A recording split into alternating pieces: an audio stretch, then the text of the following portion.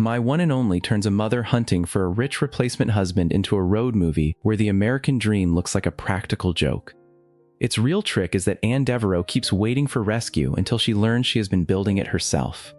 When life gets difficult, people often look for someone to lean on. In the end, they may discover that the only person they can truly rely on is themselves. In 1953, Anne Devereaux is beautiful, stylish, and used to a polished New York life. Her husband, Danny, is a bandleader who became famous after writing My One and Only. The hit changed the family's financial status, but it also made Danny more reckless. For years, he has hidden his affairs well. This time, Anne catches him in bed with an actress. Anne does not hesitate. She packs her things, goes to collect her 2 sons from school, and leaves Danny behind. Everyone assumes she will come back soon. Danny, the housekeeper, and even the boys. No one believes this glamorous, sheltered woman can survive life outside the house. Danny tries to win her back, but Anne will not bend. She is proud and not especially practical, yet she has a strict sense of how a lady should behave. In her world, it is rude to make a woman drive when a man is present. Even furious, she cares about entering and leaving a room properly. Danny is convinced that a wife accustomed to comfort will quickly return. Anne has another weakness. She is not much of a mother in the ordinary sense. When she picks up the boys, she barely knows where they go to school. Yet once she leaves, she refuses to abandon them. Anne tosses aside the ring Danny gave her and sends her younger son, George, to buy a car. Money means so little to Anne that she gives him only a vague price range. George worries immediately. He does not want to leave New York, but with a mother who has never handled everyday life and a sensitive older brother, Robbie, he agrees to go. He gives their adventure less than a week before it collapses. Their first stop is Boston. Even facing an uncertain future, Anne's first instinct is to find a man who can provide a new life. She reconnects with Wallace McAllister, an old admirer now turned successful businessman. He once chased Anne desperately, even threatening to end his life when she rejected him. Anne thinks he may be her answer. She dresses carefully for their meeting, only to find that Wallace wants to borrow money. His company is near bankruptcy. Asking a woman for money on a date is humiliating enough, but Wallace makes a scene, attracts attention, and embarrasses Anne. She goes to the restroom to fix her makeup and collect herself. When she returns, Wallace has disappeared with her money and has not paid the bill. Anne is stranded in a fight with the hotel. Dr. Harlan Williams steps in and rescues her. Anne and Harlan become engaged almost immediately. George takes an instant dislike to him. Harlan argues at family meals and keeps making cutting remarks.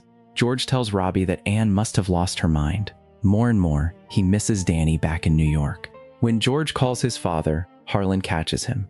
Harlan tells the teenager that once he marries Anne, he will be the head of the household.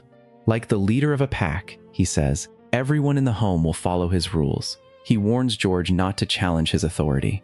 George does not fight back. His mother and Robbie may have to live with this man, and George sees no point in making the situation worse. One day, Anne takes the boys out for wedding shopping. They come across children in desperate need, and Anne gives away all $500 they have with them. Harlan is furious. He says she has stolen his money. George tries to protect his mother by claiming the donation was his idea. Harlan immediately turns on George, calling him an arrogant child who does not know his place.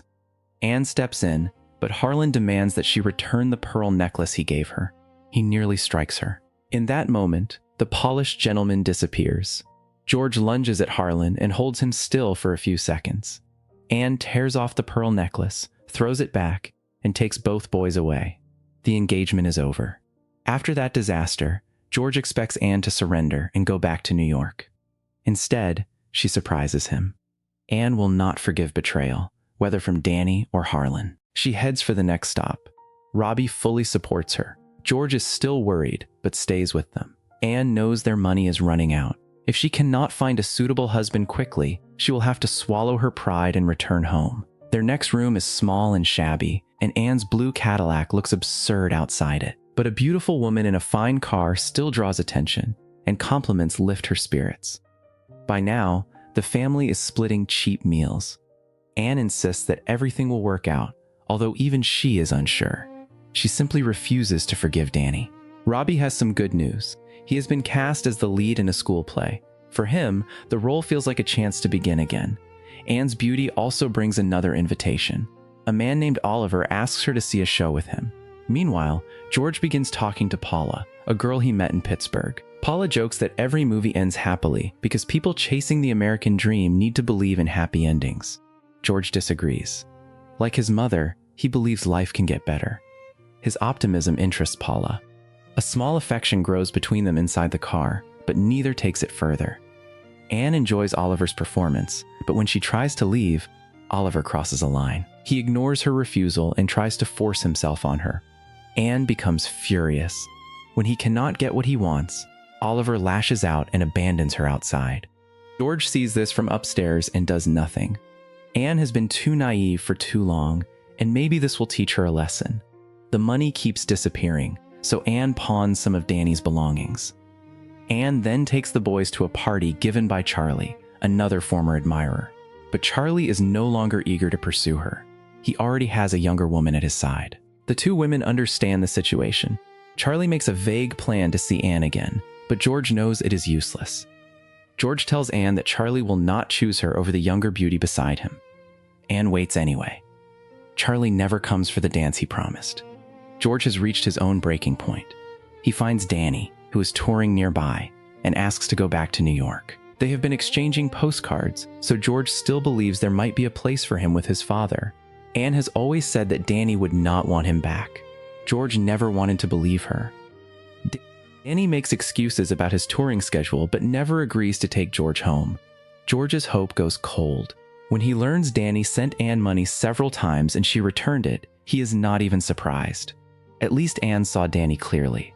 George cannot listen to Danny insult his mother anymore, so he walks away. Danny may once have loved Anne and the boys, but whatever love is left is painfully small. While George is with his father, Anne talks to a man beside her at a bar. He is Officer Clute, an undercover house detective. He mistakes Anne for a sex worker and arrests her for solicitation. With no one else to call, Anne calls Danny for help. He is out enjoying himself and offers her nothing. Anne hangs up, crushed. In the end, a kind neighbor vouches for her and gets her released. Pittsburgh has brought Anne nothing but humiliation. She tells George to pack. George calls Danny a terrible father, but Anne wants him to understand that Danny loves him in his own flawed way. She remembers George crying through an illness as a small child. Only Danny's music calmed him, so Danny played his horn all night until George slept. George wonders whether he can still hope for his father. Before they leave, George says goodbye to Paula. They both understand that they are only passing through each other's lives. By now, the family's money is truly gone. They are down to one meal a day. Anne decides to ask her sister Hope for help in St. Louis. The sisters are openly hostile. Hope has always seen Anne as spoiled and arrogant. Hope's husband, Tom, is decent and gentle, but Anne ignores her sister's barbs. The next morning, Anne gets a cafe job. It does not last. She spills hot coffee on a customer and gets fired. The family's need for money hurts more than the lost job. Anne quickly finds work at a paint store. By helping a clerk sell some merchandise, she becomes a saleswoman. The owner, Bill Massey, is immediately taken with Anne. He praises her blonde hair and soon proposes. It looks as if her life may finally be settled. George and Robbie have new chances at school too. George's teacher says his writing could win a Pulitzer Prize someday. Robbie is again cast as the lead in a school play. But Robbie's strange luck continues. Earlier, Anne's troubles kept him from performing. This time, just when he finally gets on stage, the production is stopped because of bad weather. Hope cannot hide her jealousy of Anne's apparent luck. Her sister is always stylish, noticed, and seems handed good fortune. Hope sees herself as ordinary and invisible. The world, she says, always favors beautiful women. Anne has 2 healthy sons, while Hope has never been able to have a child. At a family picnic, Bill gives George his theory about women. Women wear thin clothes to stay beautiful, he says, and a man only needs to offer his jacket to win them. George cannot help laughing. Bill soon raises a glass and declares his love. Then Bill's wife, Marla, arrives. Anne learns that Bill has serious mental health problems and a habit of proposing to beautiful women. In 2 years, he has proposed to, or become engaged to, at least 7 women. Marla apologizes. She loves Bill and assumes he must mean something to Anne too. Anne does not love him and cannot understand why Marla would. Maybe it is because of small gestures, like a coat draped over a woman when she is cold. After nearly being tricked into another marriage, Anne decides to leave St. Louis. Robbie suggests Hollywood. George, however, refuses to keep moving. He has Hope's permission to stay with her and Tom. Anne's authority no longer works. George asks his favorite book and color. Anne cannot answer, only guess. After nearly 4 months on the road, George says she has accomplished nothing except useless attempts. He calls her a terrible mother. The words break Anne's heart. She slaps George, gets in the car with Robbie, and drives away. George stands in the doorway, waiting for her to turn around, come back, and pull him into the car. She does not. At first, George believes life away from Anne will not be hard. He stays in touch with Robbie and learns that Anne and Robbie are trying to make money by giving people rides. On the road to California, they meet a couple heading the same way. The woman says Robbie's delicate, androgynous look might make him a Hollywood star. Then the man tells Anne to stop the car. He pulls a knife and demands their valuables. Sensitive Robbie shocks everyone by taking out Anne's gun and driving him back. Anne and Robbie think the woman is an innocent victim and take her with them. But she steals everything. She and the robber were working together, leaving Anne and Robbie with nothing. Robbie calls George and tells him what happened. Tom offers to mail Anne some money she left behind. George is stunned. He thought Hope let him stay out of affection, but money was involved. He realizes Anne had done far more for him than he knew. He takes the money and heads to meet his mother and brother.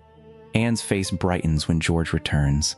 The three of them continue toward the city they have been dreaming about. More than half a year has passed since they left New York. Danny never expected Anne to stay away this long. His confidence that she would return has disappeared. He has continued messaging George, tried to find them in Pittsburgh, and missed them by chance. Now he comes to Los Angeles. The months on the road have not taken Anne's beauty, but they have made her more mature. Danny asks her to bring the boys back to New York. Even now, he thinks the separation was one of Anne's little experiments. Anne refuses. She may still love Danny, but she no longer needs him. Danny understands they cannot return to the old life. He has always known Anne was magnetic and beautiful, but his choices have caught up with him. Anne notices a casting flyer and takes the boys to work as extras. She wins Robbie a chance to audition for a major role. For the first time, George thinks Anne may have been right. Things can get better. But after Danny returns to New York, he suffers a fatal heart attack. George cries in Anne's arms. He goes back for the funeral and chooses to stay at his old prep school on scholarship. In a painful way, Danny has won Anne and George's argument, but not as he wanted. Robbie is not a natural actor. He has often been the lead in school plays, but never completed a real performance. Now the director stops the scene again and again. Robbie grows more anxious. Anne does not want to pressure him, so she steps outside. Robbie is lost until George suddenly appears. He has left New York and returned to Los Angeles. Robbie asks for help, convinced he is not good enough. George comforts him, then demonstrates the scene. To everyone's surprise, George has remarkable talent. When Anne returns, she sees George on stage. He tells her this is where he belongs. He will not leave again. George later signs a studio contract. Robbie soon finds a different direction. What he loves is not acting, but costumes, so he moves into costume work. Anne remains surrounded by admirers, but never marries again. For a long time, Anne, George, and Robbie searched for someone to rely on. In the end, they learn they can rely on themselves. This movie keeps you uneasy because Anne is offered so many chances to take a different path. The repeated failures are crushing. Being falsely arrested alone could have broken most people. Yet Anne survives with poise and stubborn dignity. She never gives in to Danny because life is hard, and does not abandon her beliefs because her children beg her to. Anne is far from a perfect mother. She overlooks her son's needs and can be painfully naive. But when tested, she is tougher than anyone expects. With that resilience, she leads her boys toward their own happy ending. Film's message is simple. When life is difficult, hold on to your principles and believe things can improve. Do not live only according to other people's small expectations. That's all for today's movie recap. If you enjoyed this story, don't forget to subscribe to our channel, like, comment, and share. I'll see you in the next one.